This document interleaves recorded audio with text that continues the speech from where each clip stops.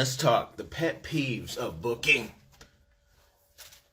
is when people come to you and if they don't have a press release. Is it perfect now, Kai? Okay. Is it better now? Kai from the Diaspora channel, you let me know if I should turn it the other way. But the pet peeve of booking folks and I want you folks, because you see everybody on their profile say, hey, seen on CBS, seen on this, seen on that. Okay, there's a way of doing that. And I'm actually writing a course on how to get yourself coverage if that's what you want to do and you want to be known and somewhat, famous or infamous. But let me tell you about the pet peeves. If you don't have a press release, no bio, thank you, Kai. No bio, no links that you have sent, nothing. All you say is, I want to be on a show. And a lot of times I find athletes, especially if they're pitching for themselves, come off and say, hey, I'm an NBA player or I play overseas, and I want to be on a program, and they think that's enough. Nobody cares. Give me a story. As a trained journalist, which I am, I teach this stuff. I'm the professor of PR and consulting. You're supposed to come in a certain way. There are times people like Kai from the Diaspora channel can tell me, hey, Kellen, I have a guest. I want to have this person on. I know this person. Boom. Okay, we can make that work, right? Because that's a different relationship. But when you're pitching, because even publicists make this mistake, and I say, who's paying y'all publicists? No wonder you guys get such low money, some of you, because you don't know how to pitch. So I know your results aren't good. I'm not the busiest person in my mailbox, but I can only imagine if I was CNN, Forbes, or somebody, you go straight to the trash can. The interns don't even respond to your stuff. But that's a pet peeve, not having enough information. Another pet peeve is when you have someone you actually might reach out to and you say, hey, you want to come on this show? And they say, hey, what is this? Look at it. Don't be lazy. Go look, research, do your thing, see if it's a good fit for you. Tell me a day or a time. Just a pet peeve. And I'm not trying to be, mean. If I was, I'd be calling out names. But what I'm trying to do is teach people you're not working inside the profession that you claim you want to be in. And if you're not working on, how to perfect your craft inside of the circle, I can't go to a hospital and pretend to be a nurse or a doctor. There's certain protocol. So when you want to be in entertainment, you really need to learn the protocol. You need to know what flies, what doesn't fly, how you ask for certain stuff, how you demand certain stuff, because, some folks are demanding. Let me give you another pet peeve. Someone emails, hey, I want to be on the show. Okay. Whether they're the publicist or the talent, it doesn't matter. There's a difference between you being the publicist and you being the talent. If you're just the talent, you really need to get yourself some representation or fake it till you make it. I can teach that all day. Book a session, though, for me to do that. But when someone asks you, what's the numbers on this show? What's the numbers? Yeah, do you have the analytics? First of all, whether I came to you or you came to me, either you want to do it or you don't, especially during these lockdown COVID times. Either you want to do the show or you don't. Either you understand press, publicity, media, advertising, visibility, or you don't. But the numbers, now you're playing a popularity game, then I don't play with it. My clients, if you want to know the numbers, here's a deck. That's as much numbers as we're going to show you, unless you're talking about, investing. Maybe if you're an advertiser, maybe I have some more current numbers I'll go grab in the system. But that's a pet peeve. So right now we have not having proper press release, one sheet or deck, wanting to know what the analytics are, or wanting to know, hey, what is this show all about? You haven't done your due diligence. That alone, pet peeves that could drive me mad. Another one is someone who doesn't get the clue that they're not a good fit, and they'll keep asking and asking, and sometimes they'll have various publicists ask and ask. There's one person out there, I won't say his name, but there's one person out there who has asked every YouTuber to come on a show where I do the booking, and they have asked everyone, and the answer is still no. And when I think about it, I actually have two of those people, and the answer is still no, because you're thirsty. And these are all guys, which is interesting. You know, thirsty guys are the worst. Like, I just want to be on. I want to get on this show. Nah, we cannot let you on this show. For whatever reason, it's not the right time. You're not the right person. That's a big thing. If your personality is arrogant, if it's I, me, I'm the first, you know, if you come here, I'll pick you up. I'm having a little bit of fun with somebody online right now. I'm not going to say her name, but when I'm saying these things, she'll know exactly who I'm talking about. But, you know, you're not coming on this show at all, because it's all about you. And that sometimes I know these people, and I've even connected them with other people, and other people who are the nicest people, nicer than they'll be like, nah, I can't mess with that person, Kellen. I'm going far off. So for me, for someone who books on shows, I'm just giving you a little bit of the game of how to always get a no.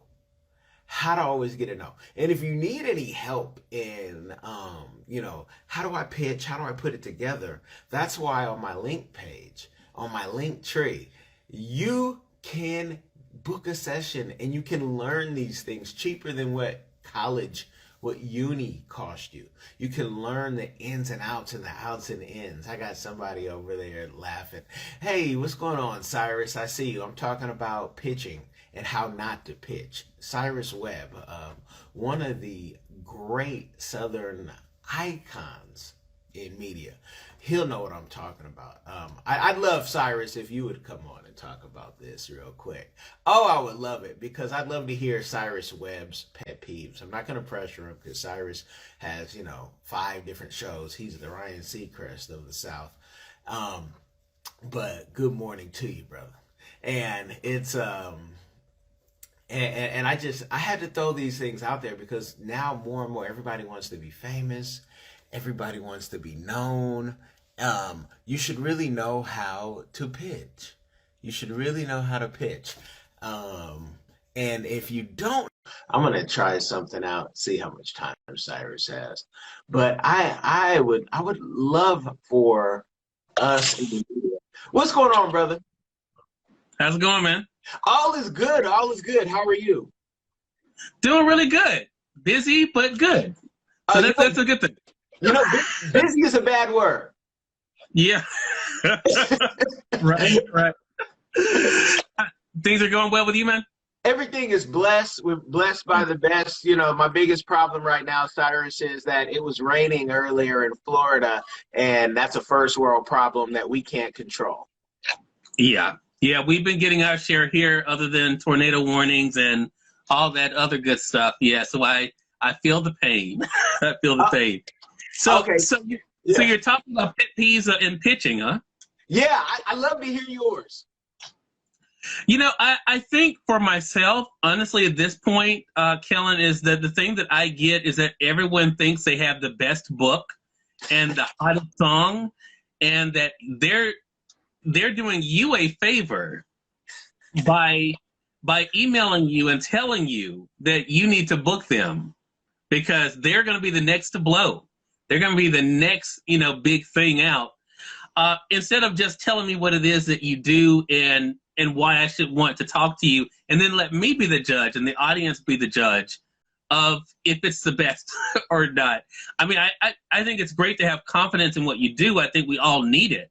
But I think to pitch to someone and say, hey, this is going to really help you to be able to talk to me, and then I go to prep for your segment and you have 5 followers on Facebook, you know, 9 followers on Twitter, you don't have, you know, a website, you know, there's no reviews on your product, but you're telling me how great it is, you know, that does not help the situation, Kellen, as you might imagine, to get a yes from me. Of course not. And especially if they've researched your platform and see that you've dealt with the A to the A list, and that they're gonna help you out. Do you think that it's an ignorance thing, or is it an ego thing, or a mix of both? You know, I really don't like to impute bad motives to people. I don't think it's ego. I think it's overconfidence. You know how some people feel like, you know what, if this person just heard me sing, I'm going to be the next whatever. Or if this person just gets my book, you know, it's going to be this. I think they have a misconception of how it works. But also how, and you and I both know this, you can get in front of an audience, but if the audience doesn't want what you want, you're still not going to make any sales. Yeah. So it's not about getting in front of an audience.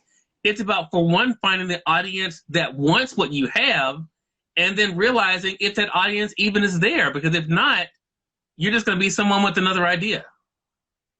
And everybody has an idea, like everybody has a head and a buttocks. Do you think automation will help this out? Because automation will be able to tell the pitcher, you know, hey, these are the people you should pitch to, and maybe format it. Or will it just have everyone really thinking they know how to pitch, because now AI, or, you know, in the software will be able to do it?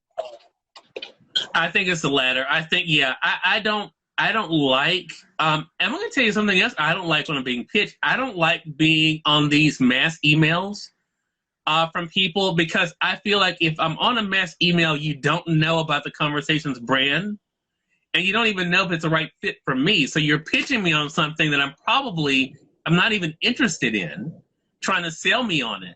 I much rather have somebody who has heard a show or two, you know, seen an interview, and they know what, and then when they reference that, those are the people I say, okay, yes, because they know then what to expect.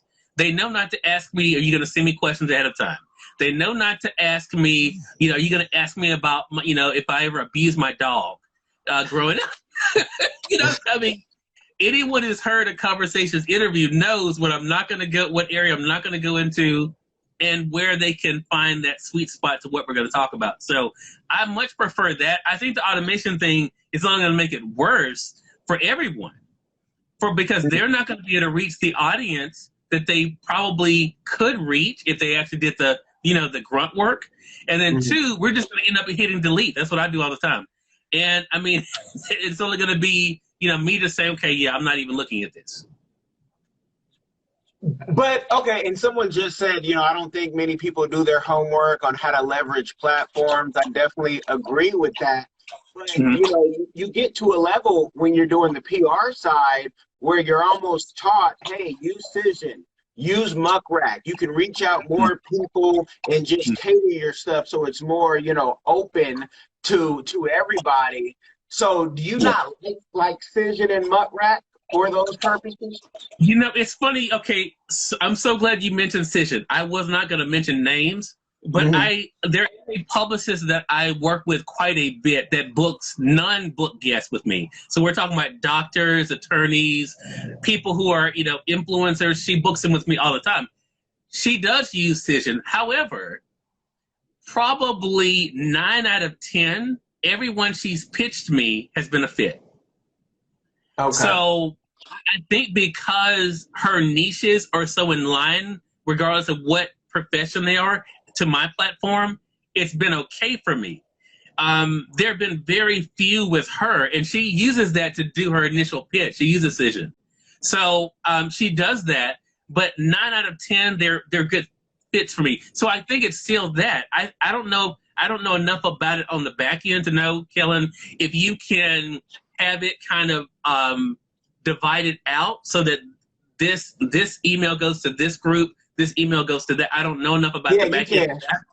Oh, you can? Yeah, okay. Yeah, you can. So I can have, you know, my southern region and say, hey, I know my people in the South believe in God. So when I push this Little Nas X 666 shoe and video, I'm going to say, you know, redeemed in the subject, opposed to doing it on the West Coast or the East, where I can just be all hellacious with it and say, yeah, he's dancing on the devil. You know, maybe that would work in the South too. But yeah, no, that's I have to say, I've been doing radio every day since that video dropped. And you are the very first person, Kellen, who ever brought that up in my press.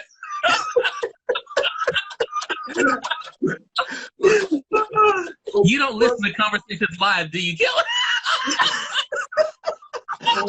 Well, Cyrus, one thing you know with me, and sometimes people tell me I'm one of the few because you're a very nice person. Cyrus, for those of you who don't know, is going for sainthood in life. So he's nice. There's no road rage. None of that. Like, we want to be like Cyrus, right?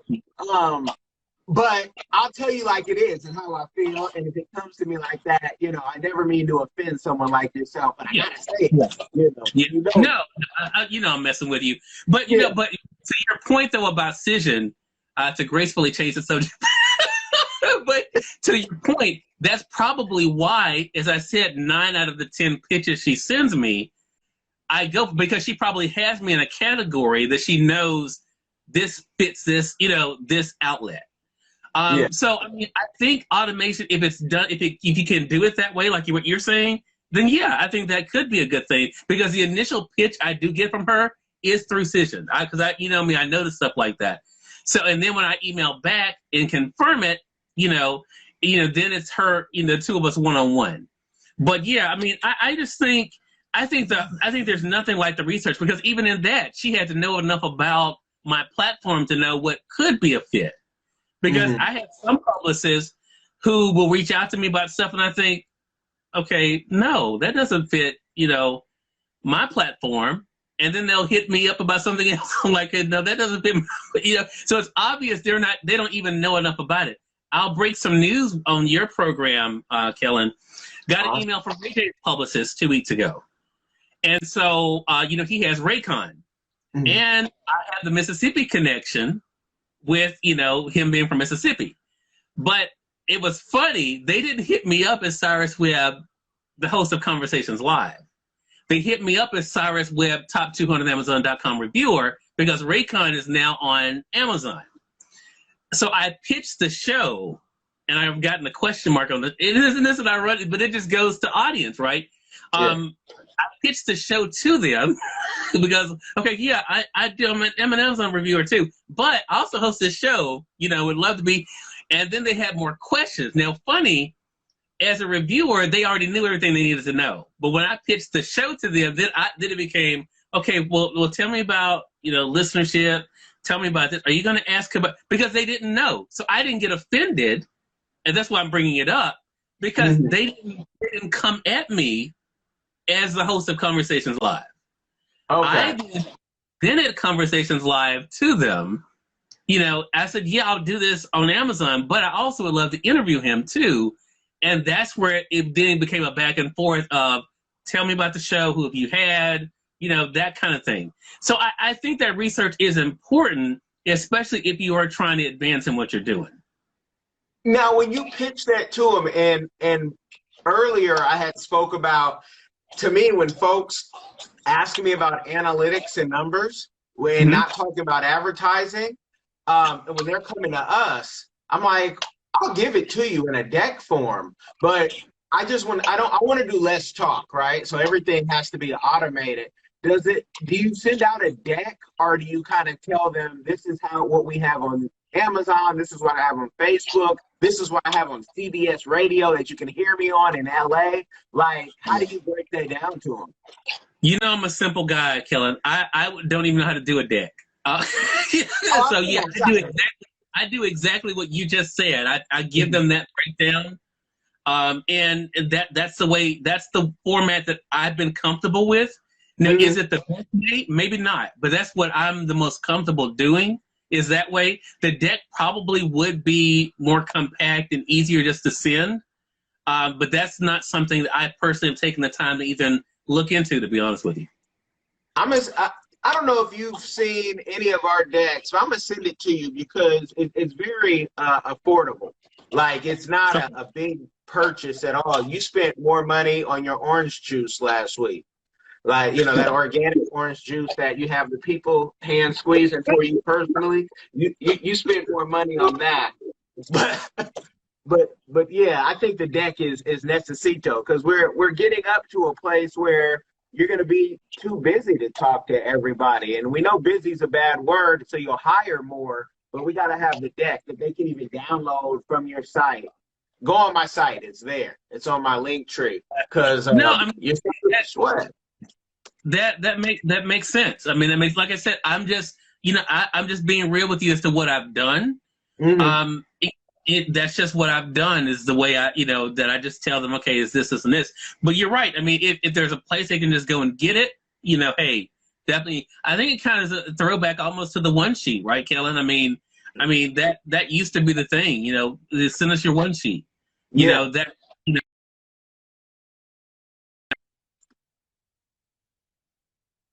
Of that, but I mean, I think that is one of the things that make it easier. Is that your house phone? Talk about old school. That actually is. So I'm gonna have to run into my next call. Well, take care, man. All right, sounds good, brother. All right, so as you guys, what's going on, Elvis? What's everybody who has commented? I hope you have learned something. That was the great Cyrus Webb, Kevin Taylor, the Lania Bradford. Yeah, I think people don't get it. I appreciate that game. Kai, I see you, and I thank you for, tuning in. I hope you guys learned something, how the pitch works, not just from myself, but from somebody who's iconic in the South. I mean, that man is on radio worldwide, but is on even terrestrial radio in LA. And you see what some of us like, you know what I mean? And what we don't like, and how this thing works. Because being on TV is not what you think it is if you're not on it. Being even behind the scenes is not what you think it is. It's a calling, it's a job, it's something to do, but there's a formula to it. It's like being, if you're a doctor or a nurse out there, you know how hard it was to get to that position. If you do insurance or whatever you do, you know how hard it was. And people can look at you and say, "Oh, wow, that's so great. You're doing amazing stuff." But at the end of the day, it's what you do. It's part of your purpose, hopefully. And I just wanted to help people out. So you guys know I like to be on here short time, give you tips, tricks. Oh, the Africa course. Oh, it's coming. Make sure you tap into the mallofafrica.africa. See what I already have there. When the Africa course is ready, I'm going to make some changes. But I'll have your email if you tap into the mallofafrica.africa website. I'll have your email and something will go out. So that's how I'm going to show you guys how to travel to Africa, how to invest, and have some other stuff with Ancestry. The course is for everybody. If you are a traveler, you will be blessed by the course. Doesn't matter where you're from or what you look like. So I want to let you know that. Tap in, tune in, give you guys some more game, but piece by piece. But be blessed, all right?